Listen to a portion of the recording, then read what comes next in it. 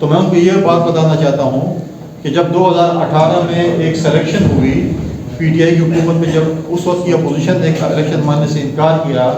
اور P M L N اور جے Y oath لینے کے لیے تیار نہیں تھی، چیئرمین بلاول بھٹو زرداری صاحب نے ان کو ایگری کیا کہ ہم نے پارلیمنٹ کے اندر اور پارلیمنٹ کے باہر کردار ادا کرنا ہے اس حکومت کے خلاف جو کہ سلیکٹڈ حکومت ہے، اور پھر ان کو راضی کیا، انہوں نے اوتھ لیا۔ پھر اس کے بعد اسی نوجوان سیاستدان نے اے پی سی بلائی جس میں پی ڈی ایم کی بنیاد رکھی گئی اور مولانا صاحب کو اس کا سربراہ بنایا گیا۔ پھر جب پی ڈی ایم بنی تو ہمیں کہا گیا کہ اسمبلی سے استعفے دیں، سندھ حکومت کو ختم کریں، اور پھر اسی نوجوان سیاستدان نے کہا کہ نہیں، ہمیں عدم اعتماد کے ذریعے اس حکومت کو گرانا ہے، اور آخری حربہ جو ہے وہ استعفے ہیں، اور ہم نے آئینی طریقے سے عدم اعتماد کیا۔ ہم نے شہباز شریف صاحب کو وزیر اعظم بنوایا، مولانا صاحب کے بیٹے اس میں وزیر تھے، ان کی جماعت کے جو ممبران تھے وہ بھی وزیر تھے، اور باقی جماعتوں کے بھی تھے۔ تو یہ ہے نوجوان سیاستدانوں کا عمل جو کہ سینئر نہیں کر سکے، اور نوجوان نے یہ پورے 5 سال جو سیاست کا تھا انہوں نے ان کو اس لائن پہ لگایا، اور ہر چیز جو اس نوجوان سیاستدان نے بتائی وہ کامیابی سے ہمکنار ہوئی۔ لہٰذا ہم یہ نہیں کہتے، ہمارے لیے باعث احترام ہے، لیکن اب جو کہ نوجوان نسل کے مسائل نوجوان ہی سمجھ سکتے ہیں تو اس پہ ہمیں فوکس کرنا چاہیے۔ جب ہم لیول پلینگ فیلڈ کی بات کرتے ہیں، ہمیں کہا جاتا ہے کہ آصف علی زرداری صاحب اور بلاول صاحب کے درمیان جو ہے کچھ بیانات میں یا ان کے اس میں تضاد ہے۔ ہم آج بھی الیکشن کمیشن پہ اعتماد کرتے ہیں، ہمیں آج بھی الیکشن کمیشنر پہ اعتماد ہے کہ وہ اس ملک میں فری اینڈ فیئر الیکشنز کروائیں گے۔ وہ اس میں اپنے دور میں آر ٹی ایس سسٹم کو نہیں بیٹھنے دیں گے، وہ اس اپنے دور میں آر او الیکشن نہیں کروائیں گے، وہ اپنے اس دور میں جو ہے وہ دھند کا بہانہ بنوا کر الیکشن کو ریگنگ سے بچائیں گے، ریگ نہیں کروائیں گے۔ لہٰذا ہم ان پہ اعتماد ہے کہ اس ملک میں فری اینڈ فیئر الیکشنز ہوں گے، جس کے لیے ووٹ ڈالا جائے گا اس کے لیے گنا جائے گا۔ ہم یہ نہیں چاہتے کہ ریگڈ الیکشن ہو۔ ہر شہری کا حق بنتا ہے کہ وہ ووٹ کا استعمال کرے، اور جس جماعت کو بھی ووٹ کرے اس کا کہ اس ملک پر حکمرانی کرے۔ ہم صرف یہ کہتے ہیں کہ آج جو ہے یہ تاثر دیا جا رہا ہے کہ ہمارے جو سویلین ادارے ہیں وہ اس وقت شاید نیوٹرل نہیں ہیں۔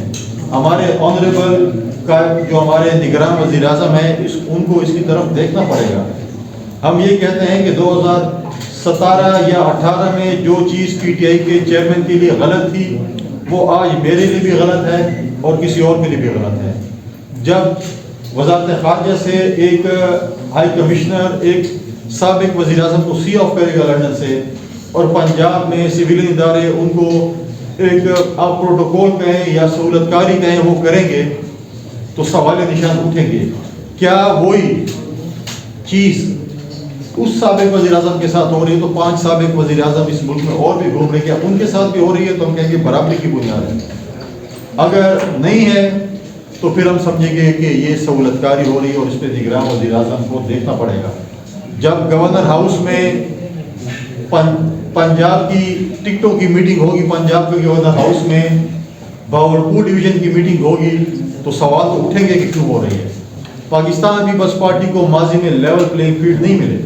پاکستان پیپلز پارٹی نے 88 میں میڈیٹر کے مقابلہ کیا، مشرف کا بھی مقابلہ کیا، 2002 میں ہماری پارٹی کو بین کیا گیا، اس کے بعد ہم پھر بھی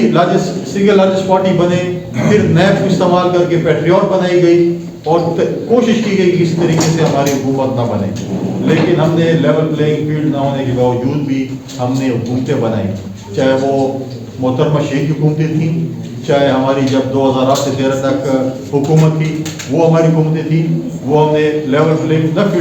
فیلڈ نہ ہونے کے باوجود بنائی۔ ہم نے ہر پیچ پہ ہمارے پارٹی کے ورکر جو ہے وہ کھیل سکتے ہیں اور انشاءاللہ ہم کھیلیں گے، لیکن ہم صرف یہ کہتے ہیں کہ میاں صاحب کا جو بیانیہ تھا لنڈن میں جب وہ ہوتے تھے اور پی ڈی ایم کی میٹنگز ہوتی تھیں اور جلسے ہوتے تھے، جس میں وہ کہتے تھے کہ ووٹ کو عزت دو، مجھے کیوں نکالا،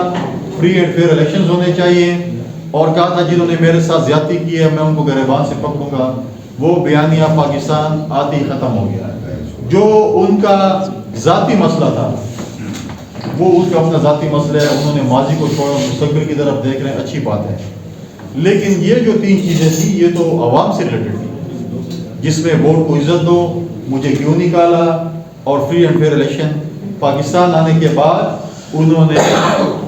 یہ بیانیہ ختم کر دیا. میں تو نہیں سنا کم از کم. اگر آپ دوستوں نے سنا ہوگا تو شاید مجھے اگر اپڈیٹ کر لیں تو میں مان لوں گا.